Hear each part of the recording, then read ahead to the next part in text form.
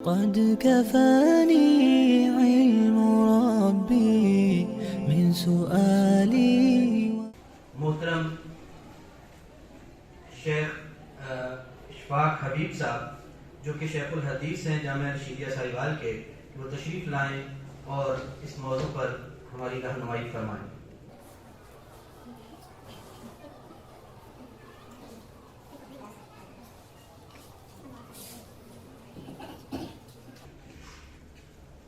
إن الحمد لله أحمده وأستعينه وأستغفره وأستهديه وأشهد أن لا إله إلا الله وحده لا شريك له وأشهد أن سيدنا ومولانا محمدا عبده ورسوله أما بعد۔ ہمارا آج کا جو موضوع اس کے عنوانات آپ کے سامنے ہیں کہ معاشرتی تشدد اور اس کا حل نبی اکرم صلی اللہ علیہ وسلم کی سیرت کے مطابق۔ سب سے پہلے تو ہمیں اسلام کا مزاج سمجھنا ہوگا کہ ہمارا دین ہمیں مزاج کیا دیتا ہے، کہ ہمیں زندگی کے کسی بھی شعبے میں رہنا ہے تو اس کا طریقہ کیا ہے۔ اللہ تعالیٰ نے قرآن پاک میں ارشاد فرمایا کہ وَكَذَلِكَ جَعَلْنَاكُمْ أُمَّةً وَسَطًا، کہ ہم نے تمہیں ایک معتدل امت بنایا ہے، نہ تو تم بالکل ڈھیلے ہو جاؤ اور نہ بہت سخت ہو جاؤ، درمیان میں رہنا ہے۔ اور آپ صلی اللہ علیہ وسلم نے فرمایا کہ خیر الامور اوسطها، کہ سب سے بہترین طریقہ زندگی گزارنے کا وہ یہ ہے کہ آپ معتدل ہو کر زندگی گزاریں۔ جیسے کہ ہمارے یہاں مشہور ہے کہ اتنا میٹھا بھی مت ہو جاؤ کہ لوگ آپ کو نگل جائیں، اور اتنا کڑوا مت بنے کہ لوگ آپ کو تھوک دیں۔ یہی اسلامی مزاج ہے جو ہمیں زندگی کے کسی بھی شعبے میں رکھنا چاہیے۔ اب تشدد کیا ہوتا ہے؟ لغت میں تشدد کا معنی ہے سخت ہو جانا، نرم نہ پڑنا، کسی پر جبر کرنا، اور بے اعتدالی بھی تشدد ہی کا ایک شعبہ ہے کہ آدمی اپنی صحیح راستے سے کہیں ادھر ادھر ہو جاتا ہے۔ ہمارا معاشرہ گھرا ہوا ہے بہت سے تشددوں کے اندر، اور اس میں ہم سب مبتلا ہیں کسی نہ کسی طرح، لیکن ان کو ہمیں سوچنا چاہیے کہ ہمارے نبی صلی اللہ علیہ وسلم ہر تشدد پر تنبیہ فرما گئے ہیں۔ مثلا ایک مذہبی تشدد ہے جو شروع سے اب تک چلا آ رہا ہے، وہ یہ ہے کہ ایک مذہب والا اپنے مذہب پر چلے۔ ٹھیک ہے، زندگی گزارنے کے لیے آپ کو کسی مذہب کی ضرورت تو ہے جس کو آپ صحیح سمجھ رہے ہیں، لیکن اسلام ہمیں اس کی اجازت نہیں دیتا کہ آپ اپنے مذہب پر چلتے ہوئے کسی دوسرے کے مذاہب پر ایسے تنقید کریں کہ جس سے ان کی دل آزاری ہو۔ کچھ لوگوں نے سخت باتیں کی، اللہ تعالیٰ نے قرآن کی آیت اتاری کہ وَلَا تَسُبُّوا الَّذِينَ يَدْعُونَ مِن دُونِ اللَّهِ فَيَسُبُّوا اللَّهَ عَدْوًا بِغَيْرِ عِلْمٍ، کہ دیکھو تم ان لوگوں کو جو اللہ کے سوا کسی دوسروں کو پکارتے ہیں گالی مت دو، برا مت کہو۔ تم ان کے خداؤں کو برا کہو گے، جواب میں وہ بھی تمہارے سچے خدا کو برا کہیں گے، تو پھر تم نے کیا کما لیا؟ تو اب یہ اسلام کا مزاج ہے کہ ہمیں مذہبی تشدد سے روکا گیا ہے۔ صحیح بخاری کی روایت ہے، آپ صلی اللہ علیہ وسلم کے زمانے میں ایک مسلمان اور یہودی کا آپس میں کوئی جھگڑا ہو گیا، تو مسلمان نے اپنی بات ثابت کرنے کے لیے قسم اٹھائی کہ والذی اصطفی محمدا علی العالمین، کہ میں اس اللہ کی قسم اٹھا کر کہتا ہوں جس نے محمد صلی اللہ علیہ وسلم کو سب جہان والوں پر فضیلت دی۔ اب یہودی کہنے لگا والذی اصطفی موسیٰ علی العالمین، کہ میں بھی اس اللہ کی قسم اٹھاتا ہوں جس نے موسیٰ علیہ السلام کو سب جہان والوں پر فضیلت دی۔ اب دونوں اپنے اپنے نبی کو فضیلت دے رہے ہیں، تو مسلمان تھوڑا اگریسو ہو گیا، اس نے تھپڑ مار دیا یہودی کو۔ جب ہمارے نبی صلی اللہ علیہ وسلم کے پاس کیس پہنچا تو آپ نے ساری بات سنی۔ اب سنیے، اس وقت کہنا یہ چاہیے تھا کہ ہاں یہ ٹھیک کہہ رہا ہے، میں ہی تمام جہان والوں کا سردار ہوں اور مجھے اللہ نے سارے نبیوں پر فضیلت دی ہے، لیکن اس تشدد کو ختم کرنے کے لیے ہمارے نبی نے تواضع کا راستہ اختیار کیا اور فرمایا لا تخیرونی علی موسیٰ، دیکھو مجھے موسیٰ علیہ السلام پر ترجیح مت دو۔ کیوں؟ میں دیکھا کہ قیامت والے دن جب سب لوگ بے ہوش ہوں گے تو سب سے پہلے مجھے ہوش آئے گا، تو میں دیکھوں گا کہ موسیٰ علیہ السلام اللہ کے عرش کا کنارہ پکڑے ہوئے کھڑے ہوں گے۔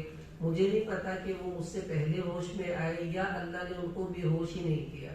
ایک جزوی فضیلت موسیٰ علیہ السلام کی بتا کر ہمارے نبی نے اس کا حل بتا دیا کہ اگر دوسرا زیادہ سخت ہوتا ہے تو آپ کو نرم ہو جانا چاہیے، یہی اس کا حل ہے۔ اور آج ہمارا اسلام ہمیں اسی کی دعوت دیتا ہے۔ ساری دنیا میں اسلام کو بھلے کوئی جتنا بھی بدنام کرے، مسلمان کو اپنے اخلاق کا دامن نہیں چھوڑنا چاہیے، تبھی یہ مذہبی تشدد ختم ہو سکتا ہے۔ ایسے ہی ہمارے معاشرے میں ایک مسلکی تشدد ہے، سیاسی تشدد ہے کہ ایک مسلک والا اپنے مسلک پر چلے، اس کو دلائل سے ثابت کرے، دوسرے مسلک کی باتوں کو وہ دلائل سے رد کرے۔ اس کی اجازت ہے، ہر جگہ ہونی بھی چاہیے، لیکن آپ اپنے مسلک پر اتنا سخت ہو جائیں کہ دوسروں کے لیے راستہ ہی نہیں چھوڑ رہے، یہ مزاج اسلام کا نہیں ہے۔ صحیح بخاری میں روایت ہے، نبی اکرم صلی اللہ علیہ وسلم نے صحابہ کرام کو بھیجا اور فرمایا کہ لا یصلین احد العصر الا فی بنی قریظہ، کہ تم ابھی نکلو اور عصر کی نماز تمہیں بنو قریظہ میں جا کر پڑھنی ہے۔ آپ اس کو مثال سے سمجھیں، یہاں سے ہمیں کہا جائے کہ جلدی ساہیوال پہنچو، عصر آپ کو ساہیوال پڑھنی ہے، لیکن گیبر پہنچے ہیں تو وہاں عصر کی نماز قضا ہونے والی ہو گئی۔ اب آدھے صحابہ کرام نے کہا بھائی نماز قضا ہو رہی ہے، پڑھ لیں۔ آگے کہنے لگے نہیں، حضور نے کہا تھا وہاں پڑھو، بھلے قضا ہو، ہمیں اسے کیا لینا دینا۔ اب دونوں کا اختلاف ہو گیا اور دونوں کی نیت اللہ اور اس کے نبی علیہ السلام کے فرمان پر عمل کرنا ہے۔ آدھوں نے راستے میں پڑھی، آدھوں نے قضا کی، وہاں جا کر پڑھی۔ جب واپس آئے تو ہمارے نبی کے سامنے جھگڑا آیا کہ جی انہوں نے یہ کیا، ہم نے یہ کیا، آپ بتائیں۔ اب یہ ایسا اختلاف، یہی وہ اختلاف ہے جو فقہاء اور علماء میں ہوتا ہے، اولا غیر اولا، راجح مرجو، کبھی کبھی جائز ناجائز کا۔ اب اس کا حل ہمارے نبی نے کیا بتایا؟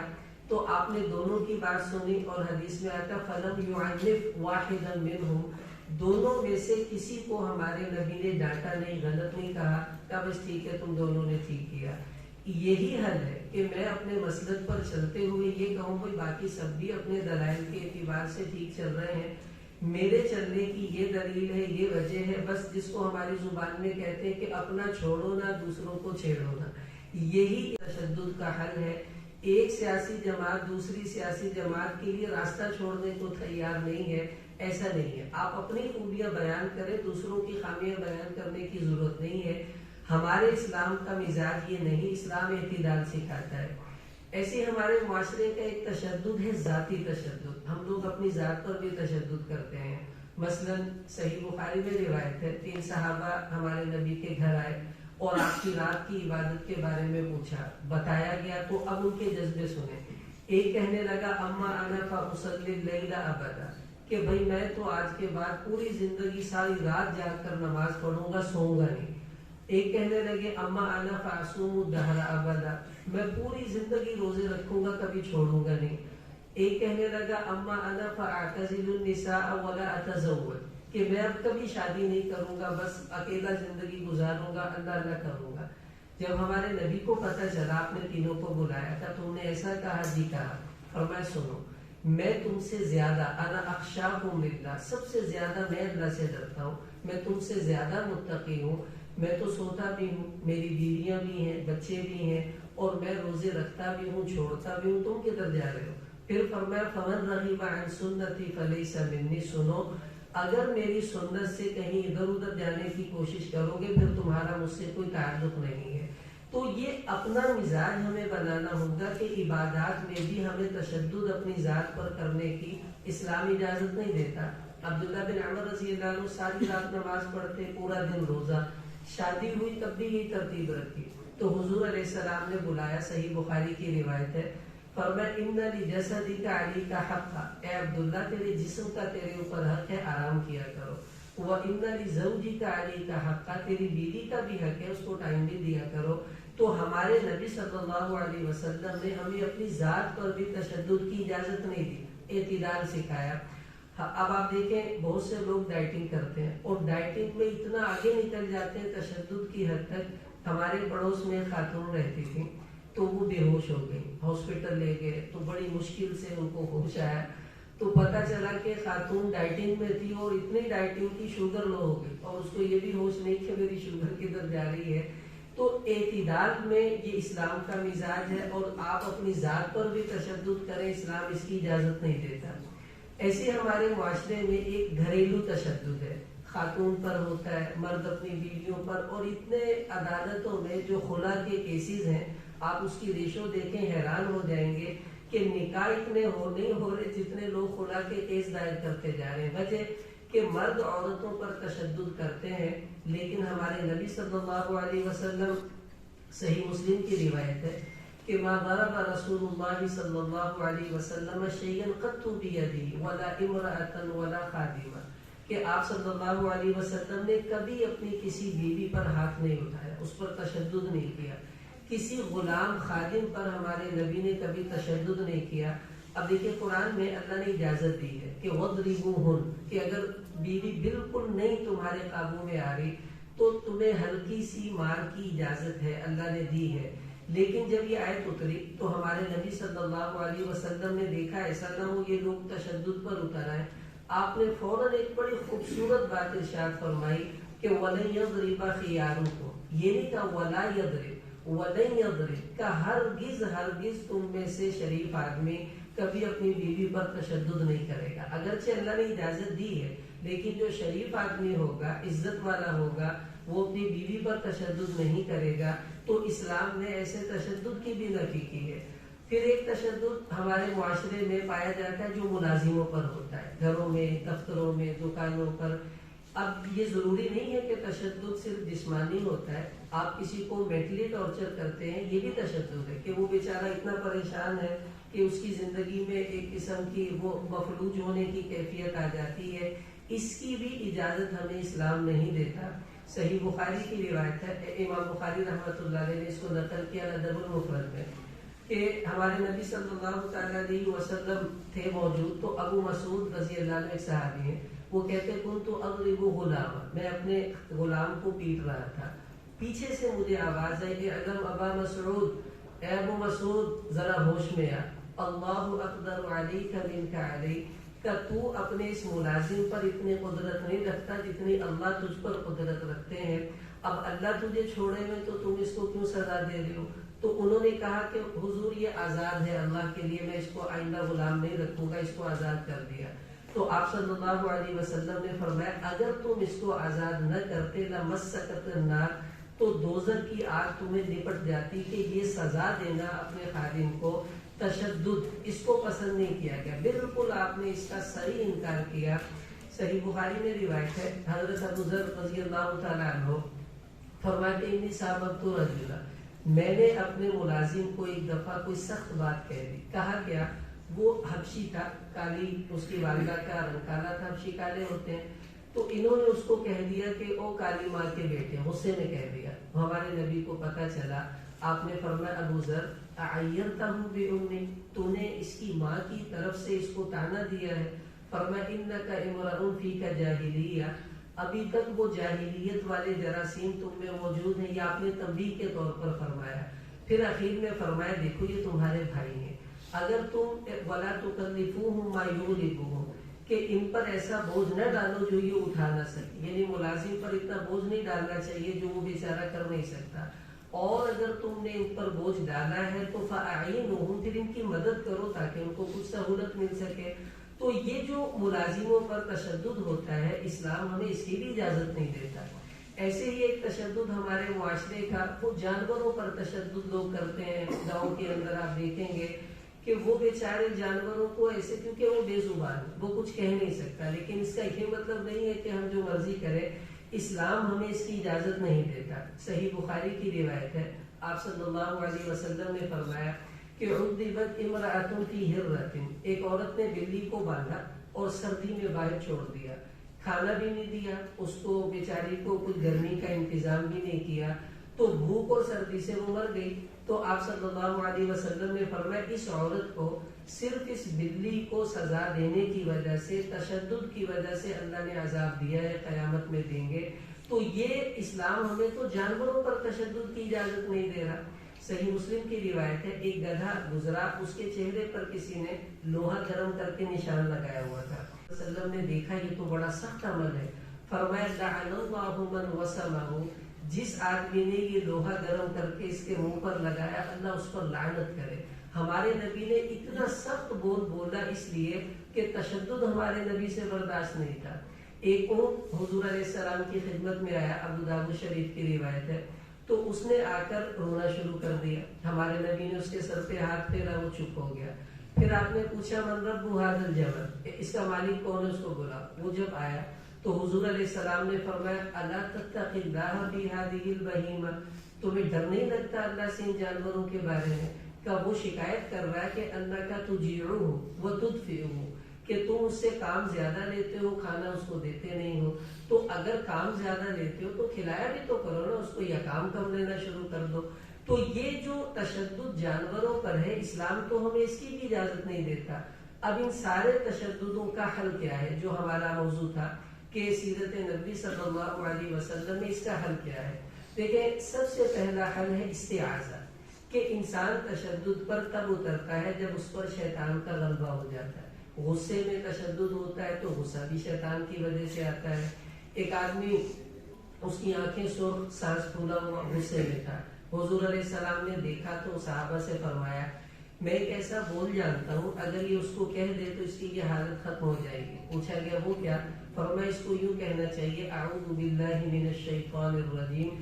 تو جو ہی شیطان سے پناہ مانگے گا وہ گیا، اس کا غصہ بھی گیا، کہ غصے میں تو انسان شیطان کا پیروکار ہو جاتا ہے، جو وہ کہتا ہے وہ یہ کر گزرتا ہے. تو سب سے پہلا حل ہم امت مسلمہ کو استعاذہ پر لائے، کہ وہ دعائیں جن میں شیطان سے پناہ مانگنے کی ترغیب دی گئی ہے ہم ان کا اہتمام کریں، تو خود بخود تشدد ختم ہو جائے گا. اب بیت الخلاء جا رہے ہیں، ہمارے نبی فرما رہے اللہم انی اعوذ بک من الخبث والخبائث. اولاد کی بنیاد رکھی جا رہی ہے تو اللہم جنبنا الشیطان وجنب الشیطان ما رزقتنا، اللہم لا تجعل للشیطان فیما رزقتنا نصیبا.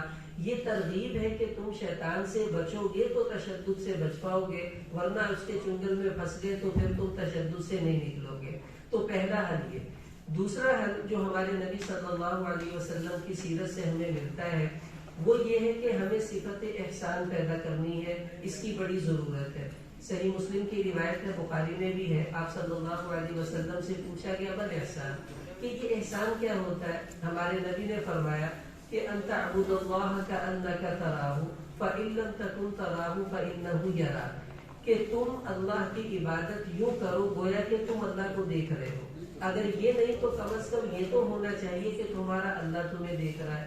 تو صفت احسان علماء فرماتے صرف نماز کے لیے نہیں ہے، زندگی کے تمام شعبوں میں صفت احسان ہونی ضروری ہے، کہ میں جس جگہ ہوں میرا اللہ مجھے دیکھ رہا ہے. جب یہ تصور ہوگا تو کوئی آدمی کبھی بھی تشدد پر نہیں اتر سکتا، کیونکہ تشدد پر تبھی اترتا ہے جب وہ یہ سمجھتا ہے مجھے کوئی پوچھنے والا نہیں ہے، مجھے کوئی دیکھنے والا نہیں. جب یہ احساس ہوگا میرا اللہ دیکھ رہا ہے، وہ مجھ سے حساب لے گا، تو کوئی آدمی تشدد پر نہیں آتا. اب یہ صفت احسان پیدا کرنے کے لیے ہمیں نیک لوگوں کی صحبت ہے، کسی بزرگ سے بیعت ہو جائے، تبلیغی جماعت میں وقت لگائیں، یا جو بھی آپ کے قریب کوئی نیک انسان ہے آپ اس کی صحبت میں رہیں. اس سے انشاءاللہ یہ صورت ہمارے اندر آ جائے گی. تیسرا حل جو سیرت نبی سے ہمیں ملتا ہے وہ یہ کہ ہمیں اپنے معاشرے کو نماز پر لانا ہے. اللہ نے قرآن میں بڑا واضح فرمایا کہ ان الصلاۃ تنہی عن الفحشاء والمنکر، کہ نماز بے حیائی اور برے کاموں سے روک دیتی ہے. تشدد ایک برا کام ہے. اب اس سے روکنے کے لیے بھی ہمیں نماز والا اینٹی بایوٹک امت کو دینا ہے. جب وہ مسجد میں آ کر پیشانی جھکا دے گا تو سارا تشدد خاک میں مل جائے گا، کیونکہ انسان تشدد تب کرتا ہے جب وہ اپنے آپ کو بڑا سمجھتا ہے. اور نماز سے اس کے اندر تواضع آئے گی، بڑائی ختم ہو جائے گی، تشدد خود بخود نکل جائے گا. اسی لیے صحابہ کرام رضی اللہ تعالیٰ عنہ کو حضور علیہ السلام نے بڑی شدت سے نماز کے اوپر ڈالا ہے. تو ہمیں بھی اس کی ضرورت ہے کہ امت مسلمہ کو نماز پڑھنا ہے. انشاءاللہ یہ تشدد اس سے ختم ہو جائے گا. پھر ایک حل جو سیرت نبی صلی اللہ علیہ وسلم سے اس تشدد کے ختم ہونے کا ملتا ہے وہ یہ کہ ہمیں امت مسلمہ کو سیرت طیبہ کی تعلیم اور اس کے مطالعہ کی ترغیب پر آنا بہت ضروری ہے. کہ جب ہمارے لوگ حضور علیہ السلام کی زندگی پڑھیں گے کہ طائف والوں نے پتھر مارے، ہمارے نبی دعا کر رہے ہیں، اور مکہ والوں نے دھکے دیے، ظلم کیا، ہمارے نبی ان کو معاف کر رہے ہیں، اور صاف صاف فرمایا لا تثریب علیکم اليوم، کہ تم پر آج کوئی بوجھ نہیں ہے، میں نے تم سب کو اللہ کے لیے معاف کر دیا. جب یہ سیرت پڑھیں گے تو کون ہے جو اس سیرت کو پڑھنے کے بعد تشدد پر اتر آئے؟ آج مسلمان اپنے نبی کی زندگی کو ٹھیک طرح سے پڑھ نہیں رہا، جس کی وجہ سے اس کی زندگی میں اعتدال نہیں بلکہ تشدد آتا جا رہا ہے۔